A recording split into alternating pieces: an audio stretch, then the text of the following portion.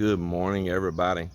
It's another beautiful but kind of rainy morning here in the Philippines as we work on the house here at Las Conchas del Mar. Today, we don't know what's gonna hold because we could get rained out at any time, so we're gonna do a lot of small tasks around here. But who knows? It's the tropics. The clouds could leave at any minute and it could turn into a very sunny day. We'll see.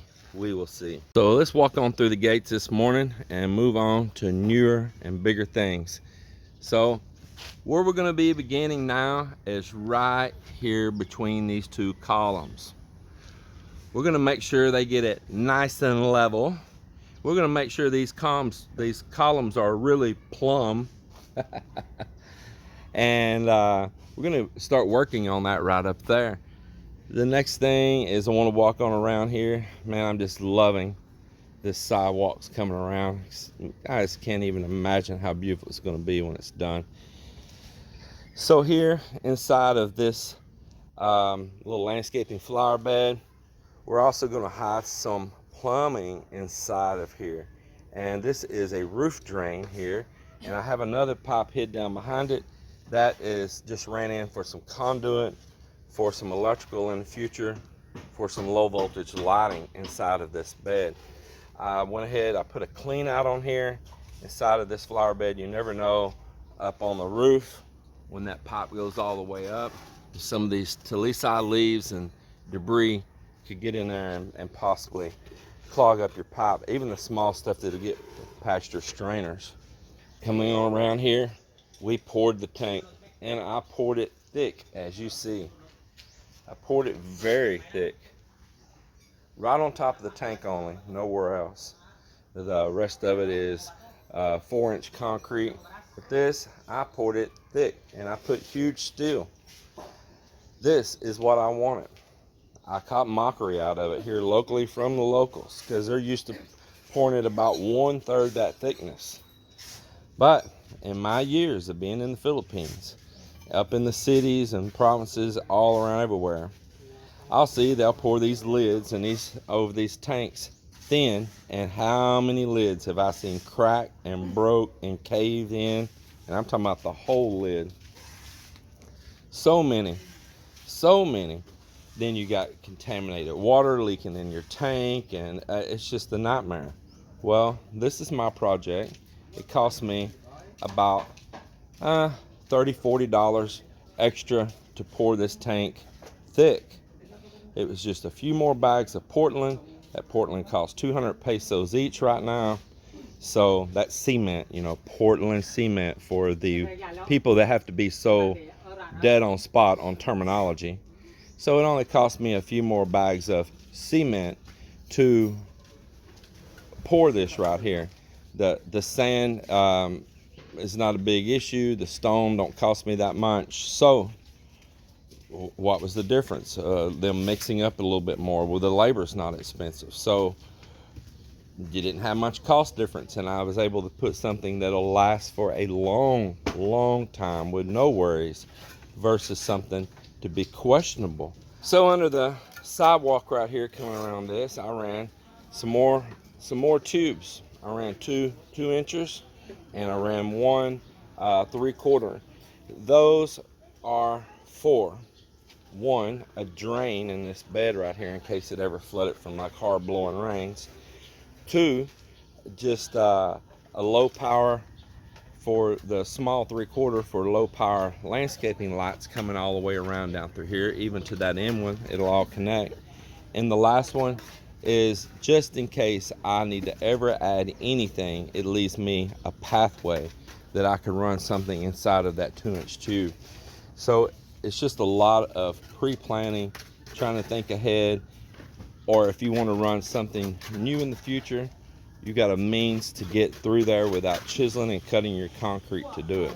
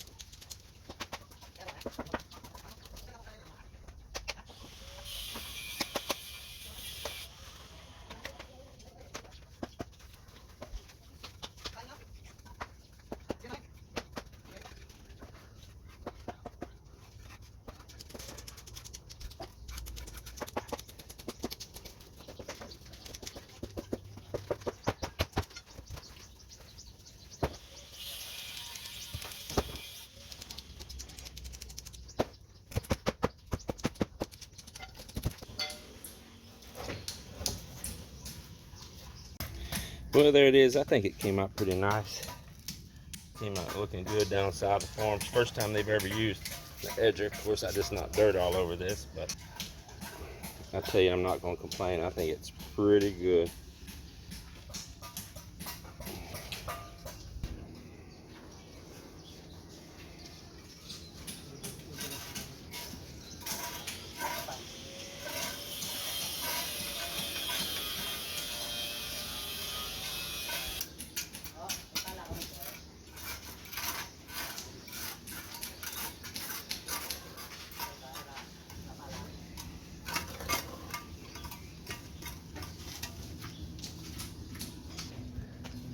So we're about to put together a pressure tank to test all the PPR before we embed it all in the cement. I bought a pump for this, I bought a new switch, I bought a new gauge, but I did not notice that the manufacturer put a ordinary steel nipple onto a stainless steel tank. And you see, we're here by the salt, it rusted away and broke. And I'm not going to try to have that repaired either, because these tanks are thin, not super thick. So, that's the way it is. So I have the highly intelligent Joel here today. He has his thinking cap and his thinking glasses on. Excuse me, Professor. Professor Joel, what is your plans today on the beam? What he's doing is he's cutting. That's good for him, wearing glasses, cutting with that wheel. So what he's going to do is make my arched beam. Beam that, you need like the same. Oh, yeah. We're going to curve it out. Yep. So I prepare stirrup for it. You go straight across, and then you'll add the steel across the bottom, make the arch in it. Okay. And when we make that, we're going to use the good plywood. Yeah, we're not going to use this 1/4. We'll cut and use good plywood and make all that. So that's what he's doing right now, is cutting the bend, all the stirrups up here on this little tool. We welded this tool up maybe about a year and a half ago. So this is for all the different size bends that we need to make right there. On some of the past videos, you've seen Arlie here bending some steel as well on it. But this is what he's doing right now, is preparing all these stirrups. Oh, now he's gonna become an artist. Okay, Picasso, let's we'll get back to knocking it out.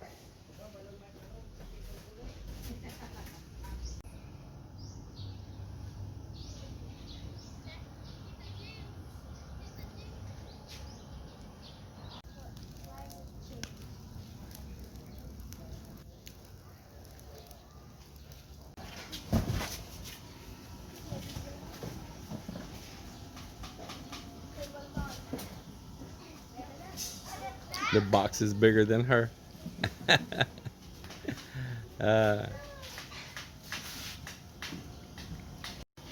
We've got some wonderful little kids in this neighborhood, and we got some naughty kids in this neighborhood.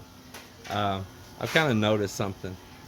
The young girls here, they're really ambitious to work, and when they want go in here to the neighborhood homes looking for little things to do, just for a little bit of earnings to help. That's the Filipino way. You know, from a young time they start helping their family. Melinda did it with her family as well. You will end up working in a house, helping clean, do some laundry, do things. In the US, as a kid, we did the same thing. You take on little childhood tasks, little childhood jobs, you get a little money for it, and it gives you initiative in life, right? So these girls here in the neighborhood, these young little girls, they have initiative. The doctors next door, they've been paying them little bits to help rake up leaves, you know, those teenage tasks, right? Rake up leaves, burn them, clean up a little bit of trash, water plants. They kind of help garden a little bit, working around with the plants and stuff and all. Whatever they can do. And they have been so good. They're so polite. And we've been doing the same thing. I've been giving them small tasks. We're a close-knit community here. You know, they're not like on a job with me. They're just doing those tasks that kids like to do to earn their own little pocket money. And knowing the Filipinos, they're going to take that money and they're going to share it and help their family. This is just part of growing up. Well, they have been really enjoying to help clean up our beach around here. And so they're out there every day, even on their own, helping clean up. I'm proud of them. I'm proud. Well, they're out there burning right now. They're burning up debris that was all out there at the beach.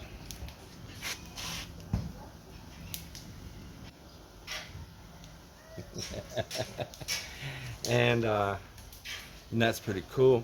Well, I had those 2 boxes there, and I said, you know, I can take these boxes to help get your fire going.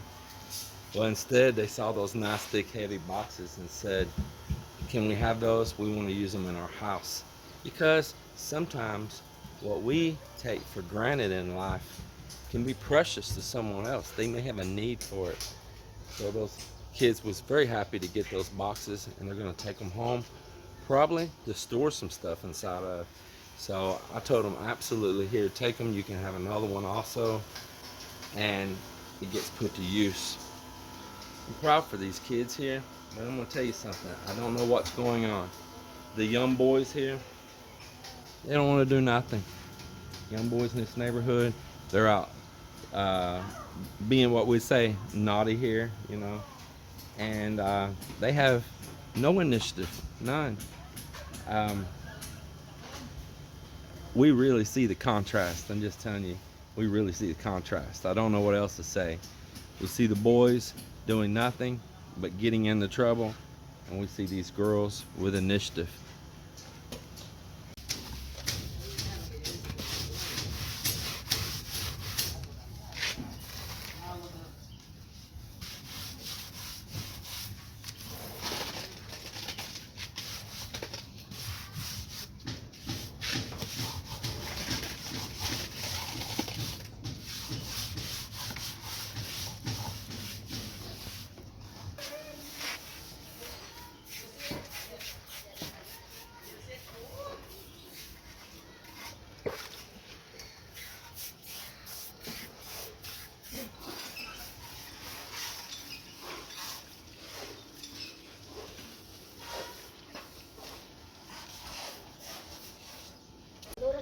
So I have them doing a little work out here, covering up that drainage pipe going to the septic from the house. I asked them to plaster over it with cement. I wanted to make sure that if anyone ever went to digging across there in the future, didn't know that there was a pipe there, that they wouldn't put a shovel right into my drainage pipe. Well, then I got to looking at that, and I said, you know what? I've got a new idea. So let me show you what I'm doing. So coming around here where they built these curves, and we have this gardening beds and all, and we're preparing this, and our pathway is walking around the house there. This will be lawn.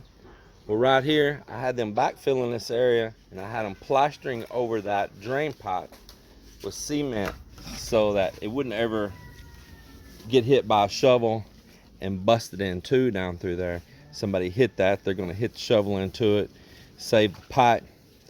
Well, I got to looking at that across there and thinking, you know, that's not that deep in the yard. It's always going to still kind of grow like a dead spot right down through there, especially when summer comes, you know, what they call dry season here.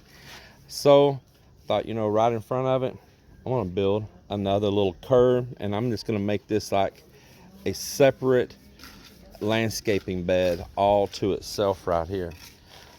Even if Melinda just wants to grow gardening in here, she can go all the way around it. So I told him just go right in front of that pipe, right along it, set some blocks here, and make another curb, the final one, coming across right there and joining in here to sidewalk.